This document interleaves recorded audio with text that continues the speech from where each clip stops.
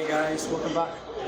So we're here in Paraguay and we finally settled down and got some really good food for testosterone, eggs, watermelon. Those, like I said in another video, that's the porn star there. Anytime I have a vagina appointment, usually in this hotel as well, usually girls come from Paraguay and they meet me at this nice hotel. I always eat eggs and watermelon before my meeting a girl, in a hotel room, because those two foods make me last all day and all night. The watermelon widens the arteries, helps blood flow to the lower region, and the eggs, obviously, the eggs are the best food for testosterone.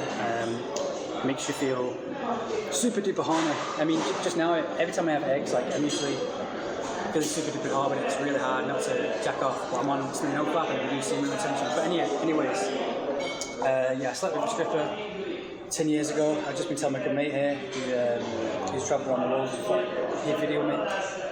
But it's not, it was in the UK, and I've been to strip club maybe 3 times most, because in the UK I felt really lonely. I was a young guy, and I thought, okay, I was going to gym every day and I had so much energy and so much testosterone, and I passed the strip club every single night on my way back from the gym. I thought, okay, I'm going back to my apartment alone, I might as well go into the strip club. So I went to the strip club one night, and obviously the British girls there, I'm not into the British girls that much because they're usually big and, oh, you're right mate, let's buy you a beer, let's buy you, they're a bit manly, they're a bit like thuggish, especially in Manchester, and they're always like, usually if a stripper, a British stripper sit next to me, it's like, you're right love, can you buy us a drink?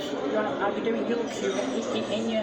And they're usually, not very classy. I like classy girls. I'm very picky, which is weird, it shouldn't be, but anyways, I saw this little petite girl. She was on the pole. I think it's my 3rd time going to a strip club. In the past I just went, but my friends just pushed me in. I probably was drunk at the time because that's when the time when I was drinking as well. I only used to have like 1 drink every week or something. But yeah, anyways, I wasn't drinking then, and I saw this little petite girl, and I thought, she was pretty classy, and she was into rock music, gothic music. She had the lighting and everything, because strip clubs is all about lighting and how things look good. And she sat down next to me, and she was American, and she was really into me, because I found American girls, I could really get along with American girls, but I've only ever spoken to like 4 American women in my lifetime.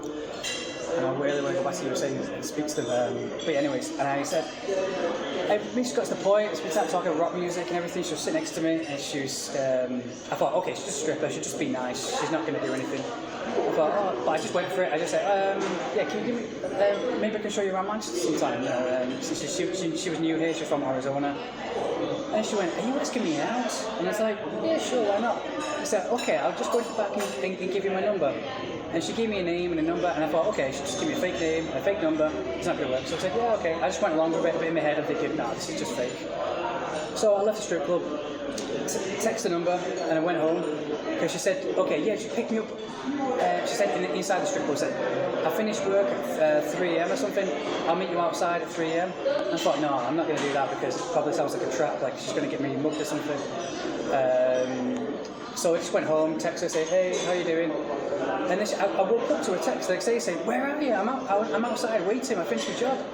And she would text me all the time, like every 10 minutes, and I was sleeping at the time, and I thought, I didn't think I would get a stripper to text me back. But then anyways, I told her to come out to my apartment next day. She came around the next day, which was surprising as well, straight to my apartment, and got a taxi there, got out. We had sex, but this is the thing about strip clubs. In strip clubs, they look amazing. It's kind of like when you go to a dance club, a club, the women always look really classic, really amazing, because it's all about the lighting. Like, hey, the lighting looks good because it's really light as well. But usually, up close, during sex and everything, people have stretch marks. She was a stripper, so she might have had some problems. So she had like cigarette burns. She had like cuts on her wrist and stuff. I ever saw she had some problems. So I couldn't get excited about it like I was in a strip club. I felt a bit bad at the time, and I was younger then, and I didn't know about health and how to boost my testosterone and how to keep healthy. And I was pretty down myself at the time. I was in a bad place. Usually you are when you're young, you overthink things. But she was just so sweet, and I wish I kept in touch with her because I love American women. Probably the only one that likes American women, but I haven't met them all as well. Everyone says they're all OnlyFans people. But yeah, she just seemed really sweet, and I walked to the bus stop and she sent me a text in. I actually kind of like you, she said. I was wondering, is she just sleeping? Is she saved this to like a million guys? And I thought she might have. She might. I didn't know at the time, but looking back at it, I kind of think she might have had a borderline personality disorder. Because I've met girls like that. I met girls from around the world, and usually the ones that are very open, very sleeping down with you, very insecure, very, you slip the wrist and all that kind of amount of problems. But I don't believe in autism and borderline personality disorder. I don't believe it. I just believe everyone's different. But I just wish But yeah, that's just a story for you. But not all girls like that. I've been to strip club like 4 times, 3 times. Usually 99% of the girls that I've spoken to, I wouldn't give them a text number. Usually I can tell right away if they're just trying to get you money and stuff like that. And like I said, even this girl, I thought she was just trying to get me money, but she was 1 in a million. But yeah, usually don't do that, guys. Don't do what I do. But that's just explaining to you that everything with women is usually just smoke and mirrors. You see, the girl, she was like 10 out of 10 in the strip club. Closed in my hotel room, in my apartment with the lights. Everyone's human up close. Everyone smells. Everyone has imperfections. And yeah, I actually ended up cuddling it because I couldn't get excited. But yeah, that's just my story of strip club. 99% of the girls aren't that serious, especially for strippers as well. But let's dig into this because I'm exhausted, guys. So hey guys, we're here with the great Tim, the world travel. Sorry? That's my name on YouTube, Tim Malone. Tim Malone, okay. Yeah. He's travelled the world and he's had many experiences with girls, and he's a dating coach. And he's helped many young lonely men, especially with NoFap and semen retention and how to get women. And yeah, you slept with a stripper as well? I did my story, didn't you? Well, it's not like a conventional story. So I had an open relationship with a woman for 8 years who I was very much in love with. And as part of our initial exploration of open relationships in the first couple of years, the first year we didn't do anything, we were just monogamous, and then we broke it out. And we started to go to like polyamorous events. And this was a long time ago, before polyamory was even a thing, before anyone knew about it. It was like 2012 or something like that.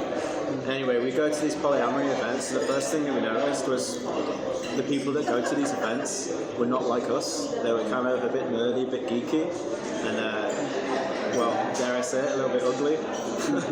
But one woman stood out at one of the events that we went to one evening, and we just both really got along with her. And we started hanging out with her, and it turned out she was a stripper from Barnsley, no less, in the UK, which is a bit of a rundown town. But she was living in Melbourne, in Australia. She was just visiting at the time, and she was like really deeply into polyamory. Like she really, really believed in it. And anyway, because we started talking and stuff, like obviously I took a shine to her. So did my girlfriend, and she ended up hanging out with me a bit.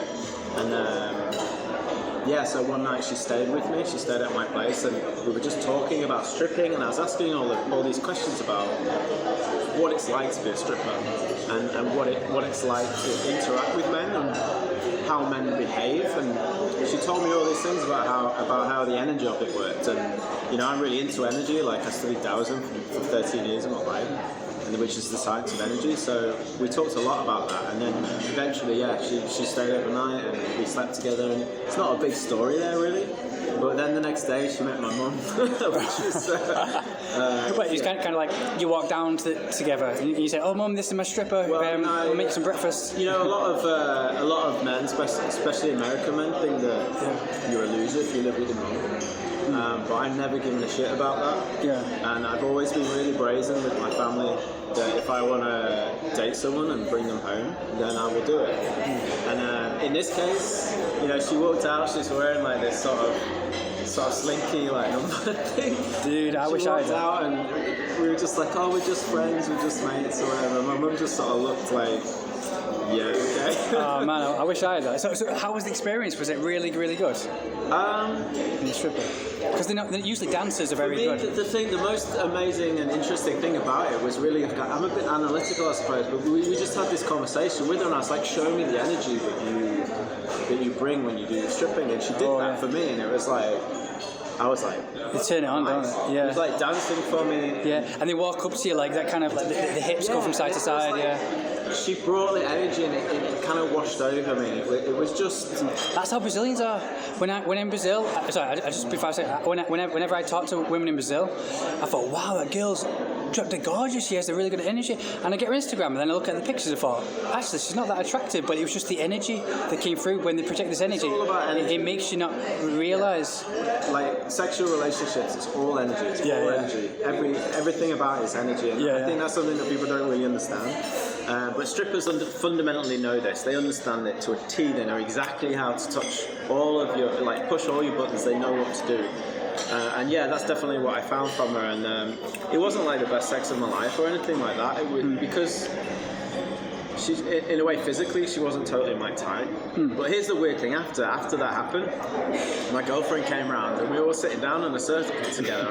And my girlfriend knew that I slept with her, and then my girlfriend was, for a brief moment, a little bit sort of insecure, because, like, you know, I had to say goodbye to the stripper girl and give her a little bit of a kiss.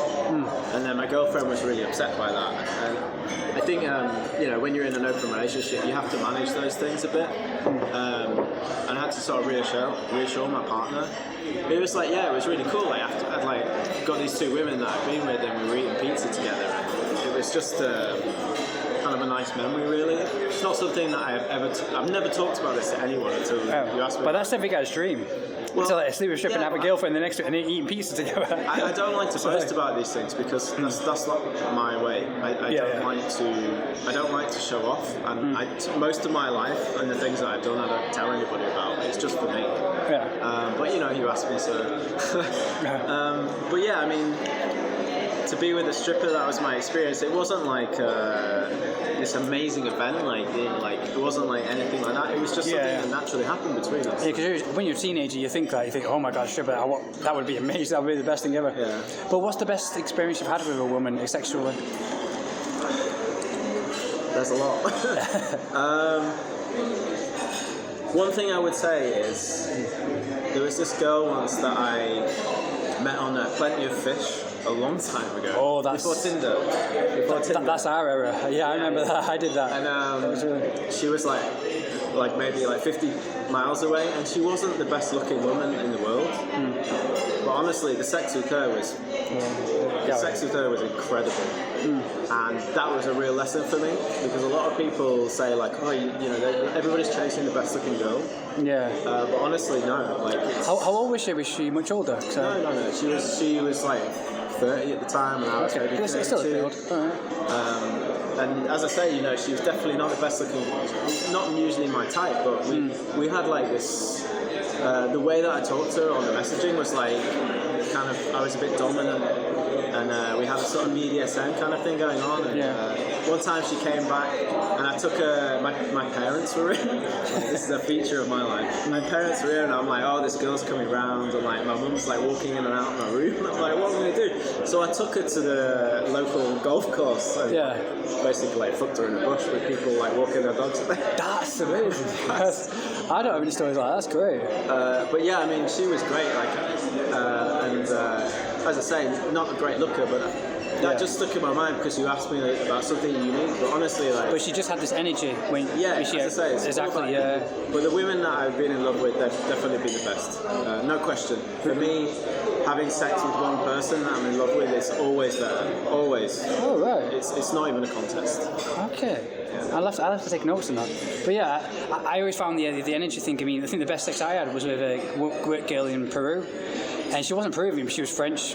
But on a Tinder, it was on Tinder, which I'm ashamed to say, but she looked nice. She looked European and French, but she wasn't 10 out of 10. She was not the best looking girl I've had sex with, but she moved. Like, usually when I have sex with girls, I'm usually the dominant one. I have to put them in this, I have to dominate, I put them in position. And I used to think, okay, now it's this time, now it's this turn, now I do this, now I do that, now I used to have a routine where I lose control and I dominate and I pull them up and put them in position, throw them against the wall or something. But this girl, she started moving her hips, and I thought, uh-oh, I'm in trouble, because I finished straight away, because usually they don't move like that. Usually I get myself excited and I usually, use them and dominate them, but that was amazing. I mean, I've got some horror stories as well. I don't know if you want me to talk about. No, we'll do that another time, dude.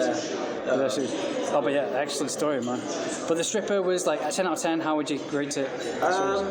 For me, like, it was more about the connection that we had than the sex, actually. The sex was kind of like average, but the connection that we had that went along with it, and the fact that she was polyamorous, and that was what I was doing at the time. Can you explain what polyamorous is? Polyamory is basically when you have, it means literally like many loves. Yeah. So monogamy is like one love, but in practice, people don't practice monogamy, which means your whole life. They practice serial monogamy, which basically means you fall in love with someone, then you break up and fall in love with someone else, and it just goes on and on and on for your whole life. Oh, okay. That's how society actually does it, despite what they will tell you.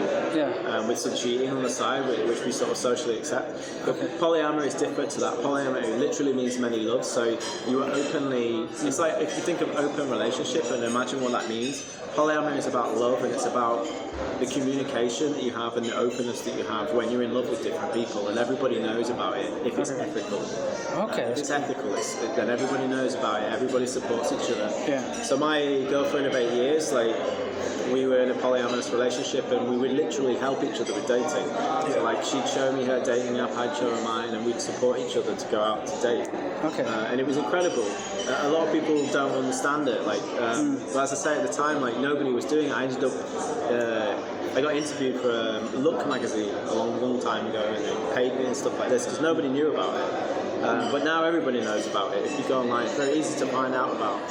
I think the main thing with it is people can't handle the jealousy, and so people don't really try it.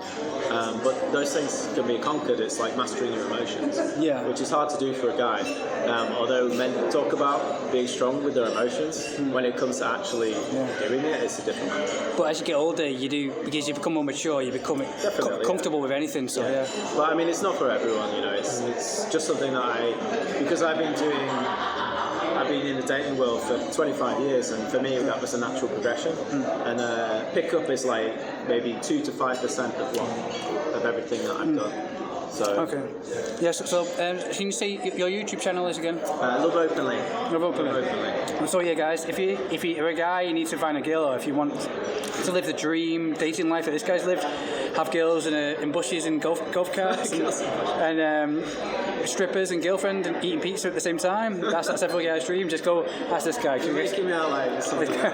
Well, that's my dream. I don't know. It's just to me, that's just my normal life. Because even QB and all that said, oh, you're really good with women and stuff and everything. But this guy, you have stories that I want. So go follow this guy, man. Maybe. Thanks. Cheers, Tim. Nice one, man.